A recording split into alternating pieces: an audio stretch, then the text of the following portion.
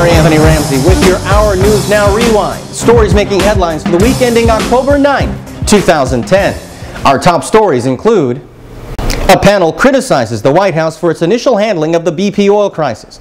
Forbes magazine names Michelle Obama as the most powerful woman in the world. A Pennsylvania judge slams a plea bargain, charging prosecutors with racial bias. A Bay Area transit cop convicted of manslaughter in the shooting death of a black passenger now wants a new trial. An arrest is made in a deadly Nigerian terror bombing, and Tony Braxton files for bankruptcy again. Our top story. A panel set up by Barack Obama says his administration deliberately blocked efforts to get accurate information about the BP oil spill and was critical about its overall handling of the crisis. In newly released documents, the National Oil Spill Commission charges, among many things, that initial oil leakage numbers were skewed. After the April 20th explosion that ruptured the oil well, the panel says that NOAA, the National Oceanic and Atmospheric Administration, had a worst-case scenario of 2.5 million gallons a day. But the government was telling the public the well was only releasing 210,000 gallons a day. Eventually, the numbers were reconciled. The BP oil spill is the worst offshore oil spill in history, with more than 5 million barrels of oil in the Gulf of Mexico. A judge upholds a key part of the president's health care reform plan in a Michigan lawsuit that called the reform measure unconstitutional. U.S. District Judge George Stray of the Eastern District of Michigan ruled that Congress does have the authority to enact a key part of President Obama's health care law reform, requiring U.S. citizens to obtain health coverage by 2014. The Thomas More Law Center had filed a lawsuit arguing that it was an unconstitutional tax outside of Congress's authority. The latest ruling said that under the Commerce Clause of the American Constitution, a penalty could be imposed on those who did not get insurance coverage. Lawyers for the center say they will appeal. In 2008, many Democrats dreamed of a Barack Obama-Hillary Clinton ticket for the White House. But a bitter primary campaign and the pick of Joe Biden for BP put that all to an end.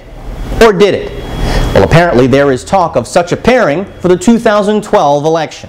Veteran journalist Bob Woodward told CNN that handlers are considering that move as a possibility to gain lost traction and popularity. According to Woodward, Biden would be asked to switch and serve as Secretary of State. It's on the table, and some of Hillary Clinton's advisors see it as a real possibility. In 2012, President Obama needs some of the women, Latinos, retirees that she did so well with during the 2008 primaries. The White House denies that any such plans are on the table. They are confirming, however, an investigation by the Department of Justice into the foreclosure process for banks nationwide. U.S. Attorney General Eric Holder says that he's concerned that homeowners are being evicted based on flawed or even fraudulent procedures. The news comes after state investigations revealed that some institutions used automated signing machines to process paperwork, a violation of some state laws. Several banks, including Bank of America, JP Morgan, and Ally, formerly GMAC, have suspended foreclosures in 23 states. In western Pennsylvania, a black judge nixes a plea bargain for a 24-year-old man accused of fighting with a cop, charging that prosecutors always had sweet deals for Caucasians. Allegheny County Judge Joseph Williams said a black defendant in the same position would not have been treated with such leniency, calling the deal, quote, a ridiculous plea that only goes to white boys, end quote. The judge recused himself after the comments, and a white judge accepted the 3-month probation deal for Jeffrey McGowan, who had faced charges of aggravated assault. A white former Bay Area transit cop whose murder acquittal set off a day of rioting in Los Angeles wants a new trial.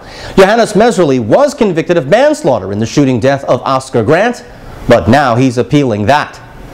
Meserly shot Grant while he and other BART cops were detaining the 22-year-old at an Oakland train station on New Year's Day last year. Meserly says he shot Grant by accident, believing he had drawn his taser shock device. In papers filed with the court, his lawyer says the jury had no legal basis to convict Meserly. His sentencing is still set for November 6th. He faces up to 14 years in prison. A new report shows that under the Obama administration, deportations in the United States is at a record high. The U.S. Department of Immigration and Customs Enforcement, or ICE, claims they've shipped out more than 320,000 people in the last year, claiming half of those were convicted criminals. The report comes amid ongoing claims the president isn't doing enough to protect U.S. borders, an issue that's being raised in some midterm election ads. The White House claims it's deported more people and taken action against more employers who hire illegal workers than the Bush administration. Most of the deportees were Mexican. It's believed that more than 12 million people in the U.S. are here illegally. Well, earlier we spoke about the possibility of Hillary Clinton leaving her current role in the White House for another with Barack Obama. As Secretary of State, she is one of the most powerful women in the world, but she's not the most powerful, at least according to Forbes magazine. Another woman in Barack Obama's life is number one. Michelle Obama ranks number one according to the Financial magazine. They say, quote, "She's a Jackie Kennedy with a law degree from Harvard and street sense from Chicago's South Side." Hillary Clinton is listed as number 5 on the list.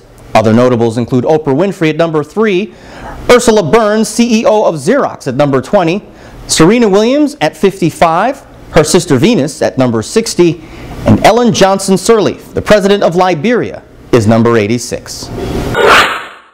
In your Our News Now World Wrap, the U.S. issues a travel alert for Europe.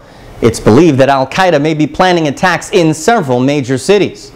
The alert warns American citizens to be extra vigilant. The warning apparently did not, however, curb travel at all. Some criticized it for being too vague in nature, as no specific cities were named in intelligence reports. Well, there has been an arrest in a very specific and deadly attack that took place in Nigeria last month. The blast killed more than a dozen people and injured dozens more. The former leader of the Nigerian militant group was picked up in South Africa. Henry Oka was initially just invited for questioning in the attack that his former group claimed responsibility for. Oka denies having anything to do with the attack or the movement of the emancipation of the Niger Delta, and the group says it is no longer connected to him. Well, Guatemala is calling for a crimes against humanity investigation against the United States. The outcry comes after revelations of secret experiments in the 1940s where doctors deliberately infected Guatemalans with sex diseases. The researchers deliberately infected prostitutes with gonorrhea and syphilis, and then allowed them to have contact with soldiers or prisoners. The doctors then tested penicillin on the infected. The chief researcher in the project was Dr. John Cutler, the same man who was key in the Tuskegee experiments involving black men between 1932 and 1972. That's your World Wrap. And finally, it seems the evidence is clear that the current economic crisis is putting a lot of pressure on the poor and the middle class. Well, it seems the rich are not immune either, as it seems hard times have fallen once again on a fallen star. Singer-entertainer Toni Braxton has a repeat performance with bankruptcy. TMZ says the performer's troubles come from her Las Vegas floor show 4 years ago. She had to cancel that show halfway through the run because of heart trouble. Her insurance for the show didn't pay, citing a pre-existing medical condition. The Flamingo Hotel is one of Braxton's many debt holders that include AT&T, Neiman Marcus, and American Express. Braxton sold millions of albums in her 20-year career that included the hits Unbreak My Heart and Love Would Have Brought You Home Last Night. For a complete look at any of the stories you've seen on The Rewind, remember, as always, go to the bottom of the webpage, find the link of the story you'd like to see, and click your way through. That's your Our News Now Rewind for this week. I'm Gary Anthony Ramsay.